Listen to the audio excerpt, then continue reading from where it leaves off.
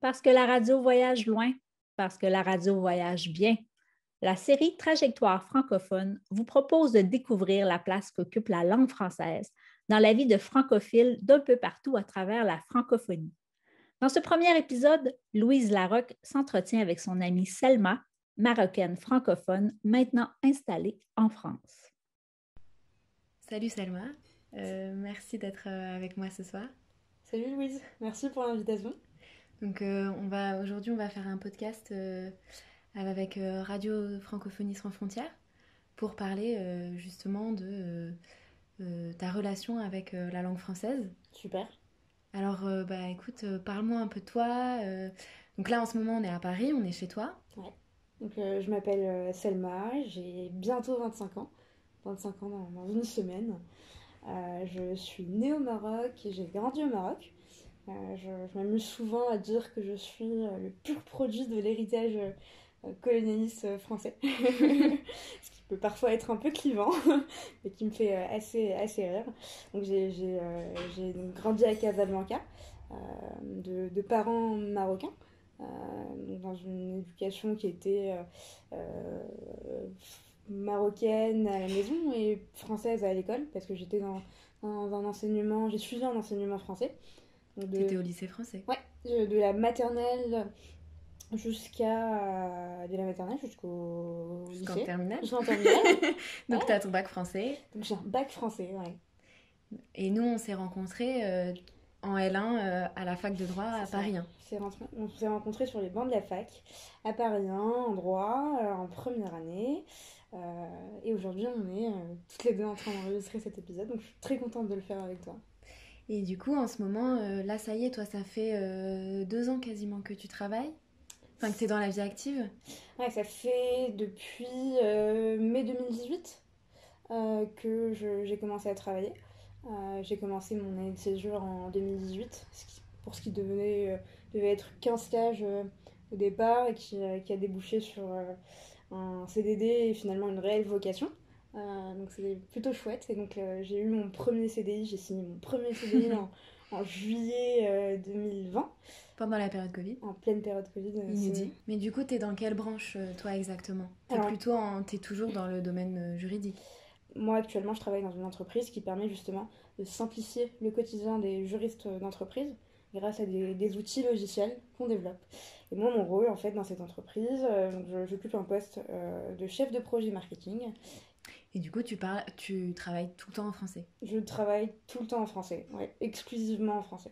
Et finalement, dans tes études aussi, tu as toujours été dans le système français, tu as toujours travaillé en français? J'ai toujours été dans le système français, j'ai jamais été à l'école marocaine, jamais connu un enseignement arabophone. Je parlais arabe uniquement à la maison d'ailleurs. Et du coup, dans quel contexte, toi, tu te souviens avoir appris le français? Est-ce que tu t'en souviens de quand tu étais petite, avoir dû switcher, enfin avoir dû changer entre le marocain et le français?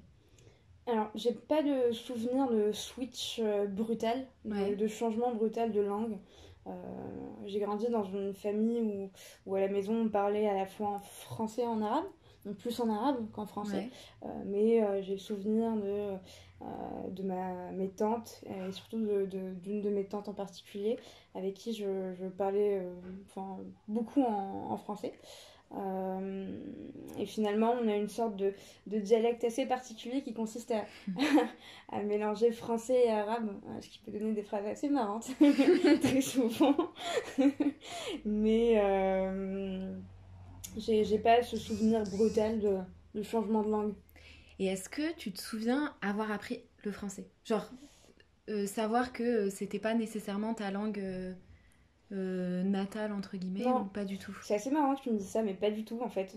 Vu que à la maison, quand j'étais encore... Enfin, avant d'accéder à la maternelle, je parlais français et arabe.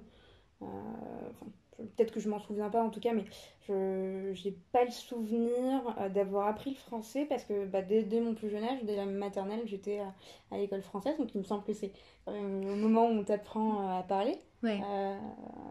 Oui, à bien parler. Mais j'ai pas du tout le souvenir d'avoir eu ce moment où j'ai appris le français plutôt que l'arabe. C'était en fait plutôt naturel, comme si le français était finalement la langue que j'étais destinée à apprendre. Enfin, Et par exemple, tout ce qui était dessin animé, album et tout d'enfants, c'était les deux langues ou c'était... Écoute, moi j'ai que le souvenir d'avoir lu des livres pour enfants, des BD, des comptines en français. Peut-être des comptines chantées par ma grand-mère en arabe. Ouais. Mais, mais sinon, tout ce qui était bouquins, livres à but pédagogique ou autre, ou pour s'amuser, même les jeux, même les dessins animés, la télé, tout était en français.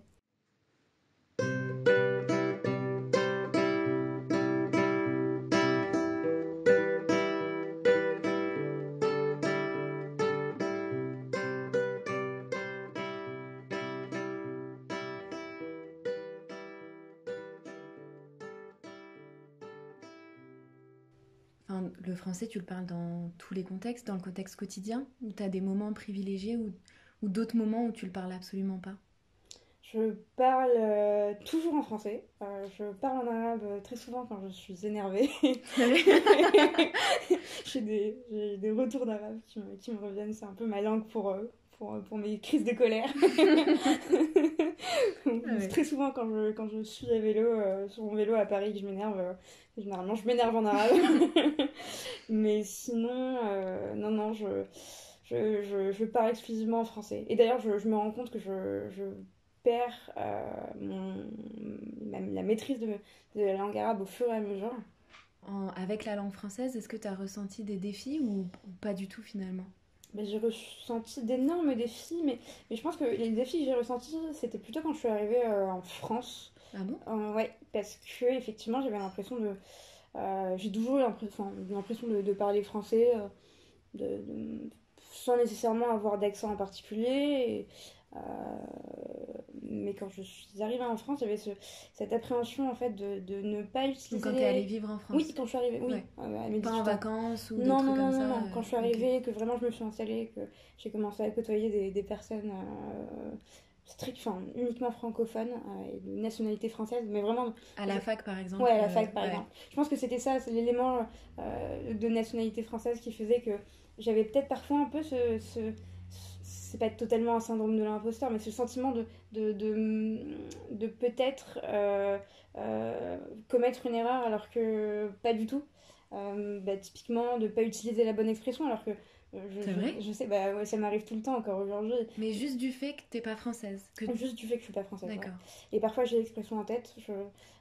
J'ai 99% Enfin, je sais à 99% que c'est la bonne expression, mais il y a ce 1% qui me dit non, tu vas peut-être te ridiculiser parce que c'est pas du tout la bonne expression. Et du coup, ça me stresse énormément. Et donc à ce moment-là, je pose la question. Soit je n'utilise pas l'expression, soit je dis c'est bien la bonne expression. Et ouais.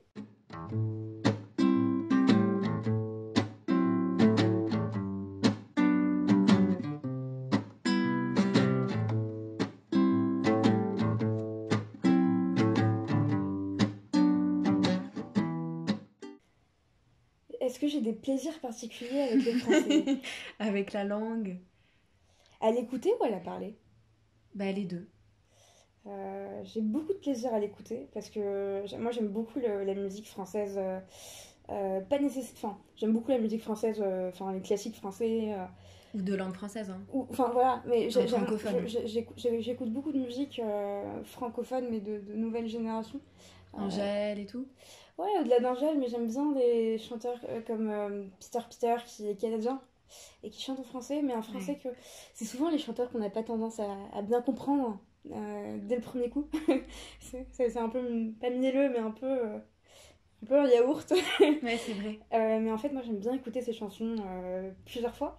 Et je ressens un énorme plaisir à découvrir le mot et à comprendre le sens en fait. Mais même le sens en fait, de comprendre le sens. Et donc j'ai beaucoup de plaisir à écouter les chansons en français. Même si ça peut... la sonorité de la langue française en termes de chansons est pas dingue par rapport à l'anglais. En tout cas, c'est le ressenti qu'on peut avoir. Mais moi finalement je l'ai pas parce que j'ai beaucoup de plaisir à l'écouter. Et du coup, est-ce que pour toi, le français aujourd'hui, ça fait partie de toi? Ça a toujours fait partie de toi au final? Ouais, ça fait totalement partie de moi. Ouais. Parce que c'est ta langue. Le français fait partie de moi parce que ma mère a décidé que ça allait faire partie de mon éducation et parce qu'elle a décidé que l'éducation que je devais avoir et que mon frère et que ma soeur devaient aussi avoir était une éducation à la française, à l'école en tout cas, pour pouvoir avoir l'avenir qu'on a, enfin, pour pouvoir réussir dans la vie. Mais effectivement, pour moi, la langue française est signe finalement de réussite d'apprentissage, et même d'accéder à un système où on peut avoir un esprit critique grâce à la langue et aux textes qu'on apprend et à la culture à laquelle on accède. D'accord. Mais j'ai pas connu l'autre côté finalement. D'accord. C'est bizarre de dire ça, mais ça m'a peut-être plus ou moins privé de l'autre versant finalement, arabophone. D'ailleurs, mon père m'appelle Jacqueline. C'est vrai? Mon père m'appelle Jacqueline ou Françoise en fonction des saisons. Mais c'est un surnom qu'il me donne parce que je parle selon lui plus français et mieux français qu'arabe. D'accord.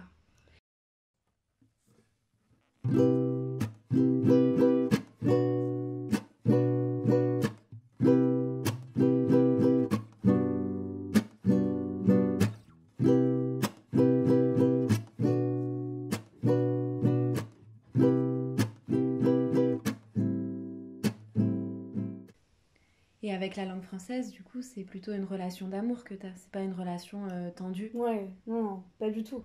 Enfin, encore une fois, au-delà de faire des études et de travailler, c'est cette langue qui m'a permis de rencontrer les gens que j'aime, parce que je pense que sans cette langue, j'aurais pas pu les rencontrer, enfin communiquer avec eux. C'est cette langue qui m'a permis de voir ou d'écouter des chansons ou des films, ou de voir des films qui m'ont beaucoup plu.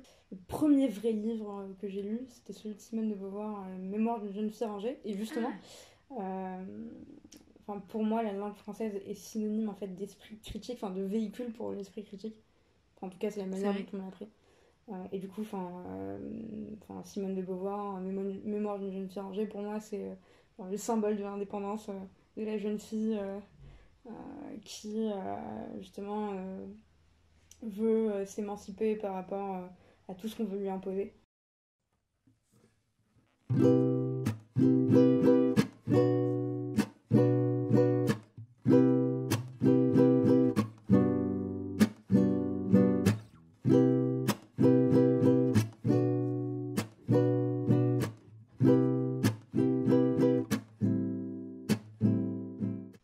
Je me sens pleinement marocaine.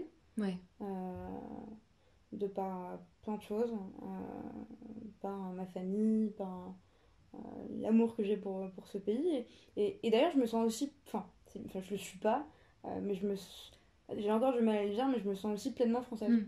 Je sais aujourd'hui, j'ai longtemps réfléchi à ça, je sais qu'aujourd'hui, je serais capable de demander cette nationalité sans m'en vouloir de la demander ou de la demander pour la mauvaise raison. Oui.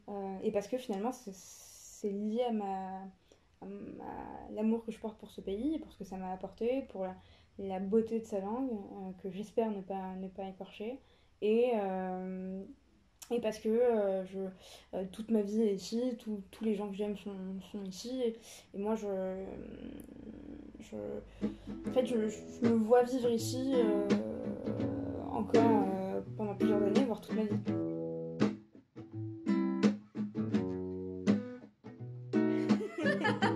Ok, merci beaucoup. Merci à toi pour m'avoir invité, d'avoir pensé à moi.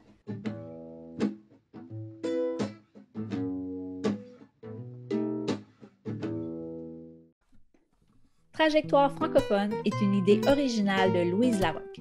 Musique originale Florent Cheminal. Réalisation Sophie Amel Dufour. L'adresse courriel pour nous joindre franco sans frontières, frontières avec un S, @gmail.com. Une production Francophonie sans frontières 2021.